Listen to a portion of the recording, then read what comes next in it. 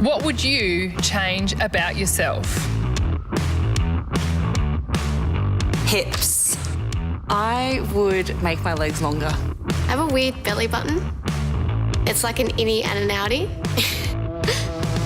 Body image is something we're all conscious of, but according to an international survey of 10,500 women and girls, only 20% of Aussie women interviewed are happy with their bodies, with a staggering 89% of Australian women admitting to cancelling job interviews or social engagements simply because of how they look. This is going to sound a bit silly, but probably my knees. That's a tough question. I'd probably say my arms. With the advent of social media, body image surrounds us in all aspects of life. Instagram posts, promotions, advertising, these beautiful images are everywhere we turn. In fact, 77% of women blame these unrealistic standards as the cause of women's self-esteem issues. When it comes to body image, we need to get back to what's important, having a happy and healthy frame of mind. We need to value who we are and not what we look like.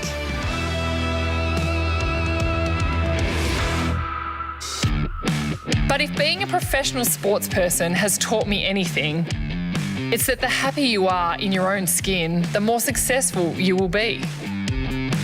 The modern obsession with body image is deeply affecting for our children. It can lead to a low sense of self-worth, unhealthy eating habits, and in some cases, substance abuse. And no one knows this more intimately than Marissa Forsyth, founder of the Pretty Foundation, an organisation designed to empower young girls to grow up being body confident. 38% of 4-year-old girls, this is really crazy, are dissatisfied with their bodies at 4 years old. And so when I heard that stat, it just broke my heart, and I thought, we've got to do something about this. One question we ask at the Pretty Foundation is, pretty what? She's pretty inspirational, she's pretty talented, she's pretty strong, she's pretty brave. And we want to take the focus off the superficial, which we always say, oh, she's so pretty, and show people that our value as women and girls is actually in, you know, who we are as a person. Do you have any tips for parents tackling body image issues? Yeah, basically we want them to focus on value in the inside. So if they can find ways to avoid things that are going to be damaging, as well as what are the things that are going to be uplifting and teaching them that their value is actually in who they are, in their character, in what their bodies can achieve and what they can contribute. They're the things that we want parents to focus on. With an amazing 75% of all Aussie teenage girls unhappy with their own bodies, eating disorders amongst young people are still on the rise. Despite these alarming statistics, women like Sophie are pushing back to break the concept of beauty norms. As a mum and blogger, she has banned the F word in her house. I call it the FAT word, I won't even say it, and we've banned the UGLY word. Ugly. They're upstairs, they won't hear me. I don't want to throw my mum under a bus here, but there is a memory that I have that's really embedded into my memory of my mum telling me that, oh, I'm so fat, this is what I weigh. And I was a young girl, and I remember when I sort of reached teenage years, I hit that weight and then I actually got bigger, and it was just because I had a different body type to her. But I instantly thought, well, now I'm fat because my mum didn't want to weigh this, and now I weigh more than that. And so I did go through this little period of, oh my God, I'm fat, and I was a beanpole.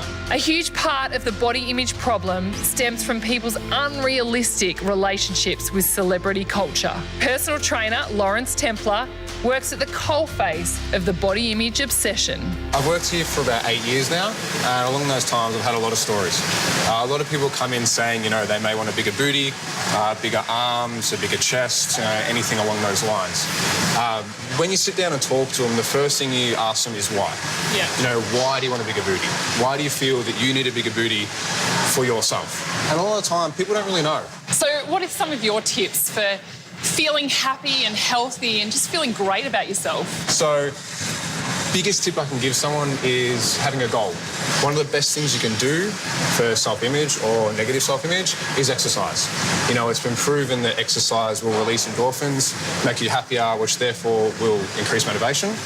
Once you've got motivation, all you do is really create a habit. So Lawrence obviously had a really balanced approach to body image working with his clients, but I still think it's a big issue amongst adults. So how are we going to combat this huge problem?